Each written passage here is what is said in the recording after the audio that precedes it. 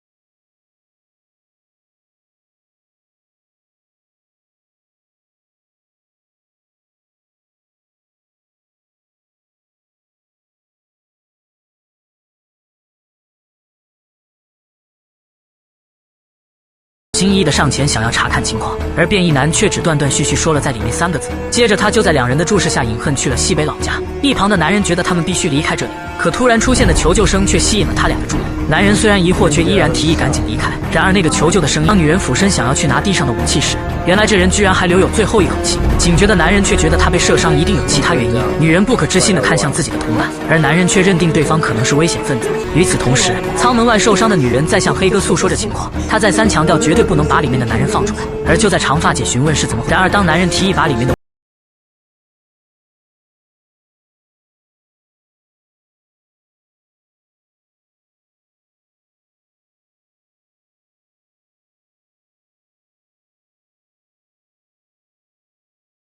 说的话产生了怀疑。然而在黑哥的请求下，最终决定先带他去医疗室。长发姐随后看着手里的手枪，却想起了一件事，她立马向男人索要在女人身边捡到的那把武器，而对掉的3个空弹壳正好对应卷发男的3处伤口。然而当女人询问对方为什么要开枪打他时，他们却从卷发男的嘴里听到了另一个版本的故事。他说是女人把他们关在房间里的，而自己被他拿枪打中时已经神志不清了。卷发男凄惨的模样让女人感觉到了愧疚。接着，然而男人叫住他的同时，接着询问卷发男一般这种伤势该如何处理，可对方却愤怒地回答说他怎么会知道。然而让人意想不到的是，男人掏出了他的胸牌，上面的介绍赫然说他是一名医生。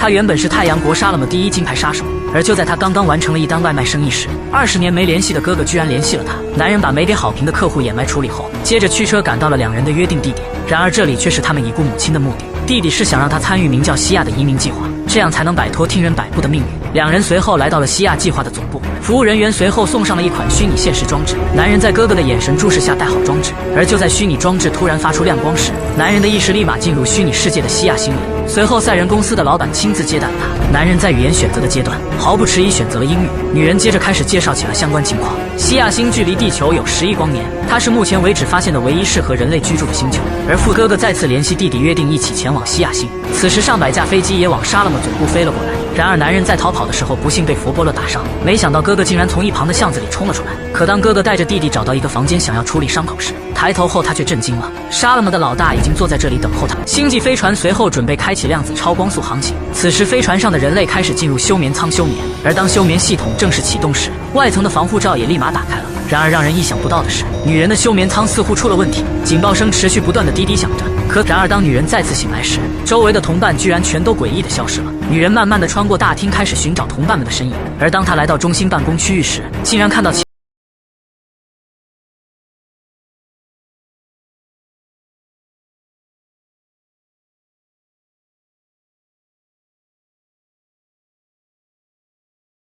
护士下缓缓地睁开了双眼，女人高兴地发现自己眼睛居然没有一点不适应，激动的她却一把抱住了眼前的男人。船电力中断，然而就在他们启动应急的备用发电机时，其中一间正在休眠的乘客舱却出现了问题。房间里的10名乘客此时竟然停止了呼吸。可就在众人震惊这到底是怎么回事，与此同时，正在工作的女人收到了男人发来的通话。男人惊慌地说着50号舱里面有什么东西，人随后找到船长把情况汇报了上去。然而得到的回复却是立即封锁50号舱。船长接着下达了开始准备撤离的命令，而女人大声阻止却根本不起任何作用。可当她和大家一起跑向撤离的出口时，一个背对着她的身影赫然出现在眼前。女人尝试性的呼喊了一下同伴的名字，然而对方此刻并没有任何的回应。可当她慢慢的往前移动时，男人磕磕巴巴的让女人赶紧离开。他说有东西进入了自己的脑子里，而此时的男人已经感觉控制不住她了，说着就慢慢转身看向了女人。然而下一秒，男人直接一下刺中了女人的腹部。可就在女人惨叫的男人想要在太空船里洗澡，可没想到刚出门就被打晕在了地上。然而当他从昏迷中醒来时，竟然发现打晕自己的是同伴胡子哥。而就在男人质问他想要干什么时，对方竟然用诡异的眼神注视着他。害怕的男人立即扭头大喊救命，没想到胡子哥居然在他眼前发生了变异。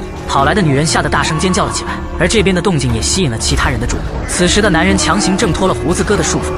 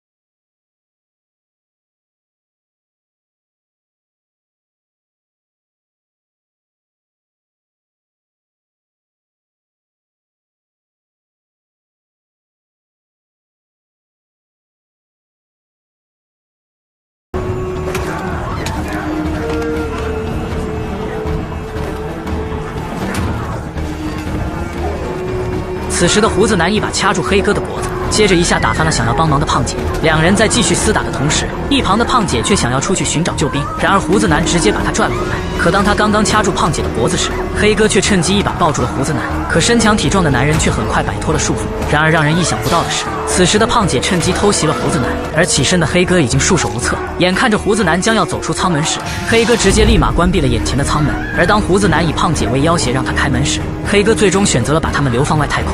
此时附体胡子男的外星生物已经经顾不上胖姐。然而善良的黑哥也因为自己的选择而伤心，良心上的谴责甚至差点让他当场崩溃。而当黑哥再次观察里面的情况后，发现打开的太空舱已经把两人送出了太空。回去后的黑哥独自承受着心灵的煎熬。可当他再次回到太空舱里怀念胖姐时，让他意想不到的事情居然发生了，地上竟然有一滩红色的液体。而当黑哥抬头查看舱顶的天窗时，发现天窗的旁边却出现了一个写手印。没穿内衣的女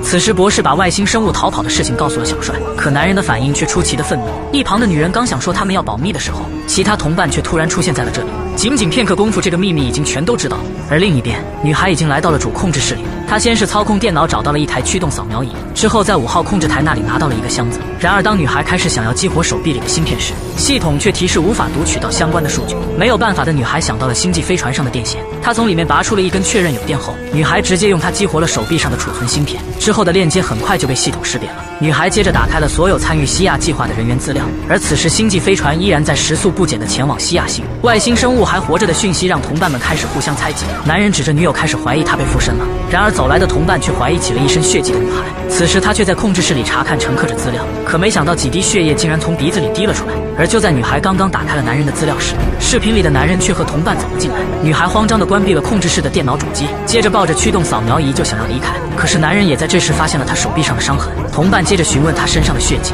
然而拉扯中的两人却摔坏了女孩的设备。愤怒的女孩嘶吼着想要找男人拼命，可仅仅一个回合就被男人撂倒在了地上。再次醒来后，胡子男却想要打伤她来判断是否被附身，因为被外星生物附身的人类根本感觉不到疼痛。而就在胡子男想要实施自己的想法时，一旁的同伴却趁机抢走了他的武器。男人询问胡子男如果不是他怎么办。突然，其他幸存者此时也全都赶了过来。男人刚要举枪，拿着武器的女人却已经瞄准了他。而就在两边互相劝说放下武器的时候，一旁的同伴却趁机出手抢夺，没想到手枪走火打中了小帅的胳膊。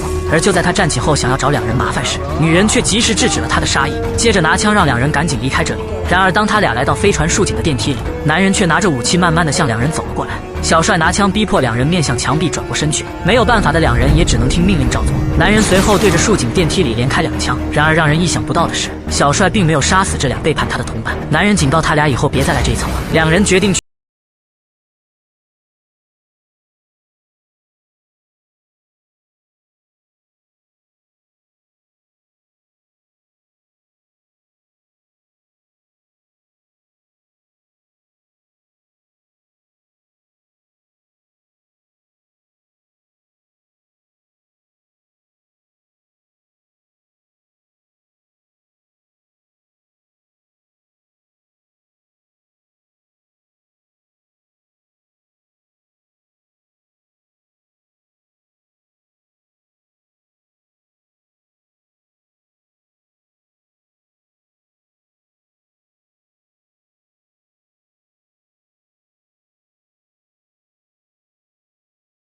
身份验证时陷入了困境，可没想到女友居然拿出了自己的太空舱识别牌。女友一开始没拿出来是担心男人不会开飞船，然而对方却说这些都是自动驾驶系统。接着男人就用它激活了太空舱，女人此时也激动的一时说不出话来。这时的飞船已经锁定了目的地西亚星，可女人担心和胡子男一起搭乘太空舱不安全，而男友却立马决定两人偷偷一起离开。然而当他跑回去想要拿一些东西时，两人并没有发现一旁偷听到一切的胡子男。跑回来的女人帮男友找到了治疗癫痫的药物，然而这时的胡子男却一把推开男人，启动了太空舱。太空舱的紧急按钮已经发射启动，赶来的男人却也徒劳的只能任其倒计时。没有办法的他赶在舱门关闭前跳了出去，在有惊无险的穿过几道门后，终于回到了飞船。男人不甘心的看着他脱离了飞船，而空无一人的太空舱却朝着西亚星飞去。愤怒的男人转头给了胡子男一巴掌，然而人高马大的胡子男却一把掐住了他的脖子。可当男人眼看就要窒息时，这才把他丢在了地上。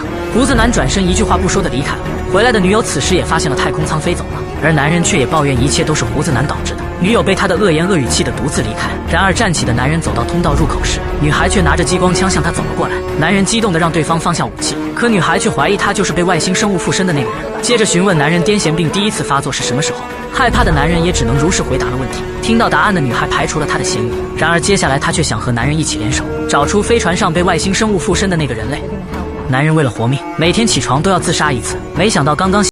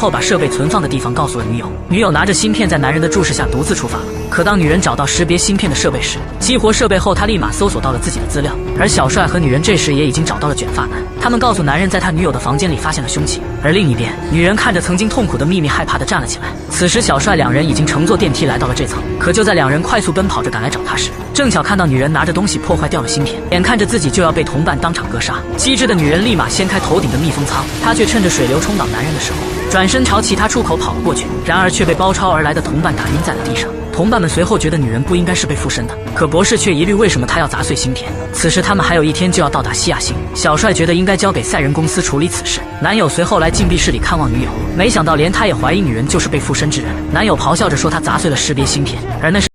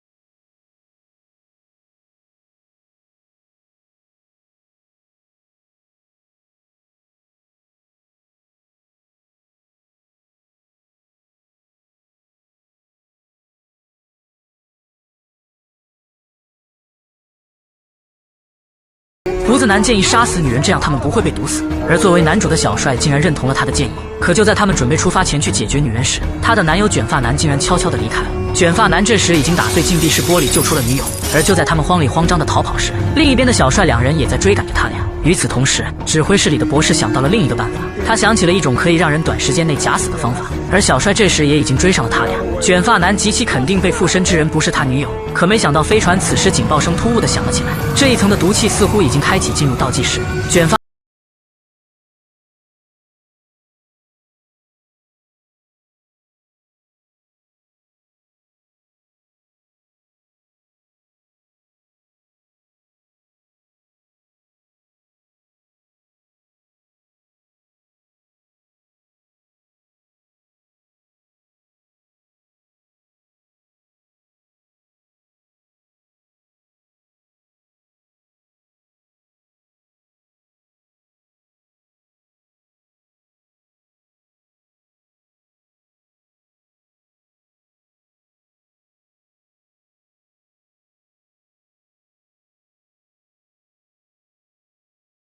找寻氧气罐的时候，另一边的金发姐却在船员的宿舍里发现了新的线索。在西亚星不远的地方，居然有一个没听说过的艾瑞斯星。而当他无意间打开关于艾瑞斯星的资料时，里面所隐藏的信息却让他大吃一惊。原来赛人公司有意隐瞒了艾瑞斯星的信息，因为前去探索这颗星球的几百名船员全都无一生还。而报告上重点提到，在艾瑞斯星上发现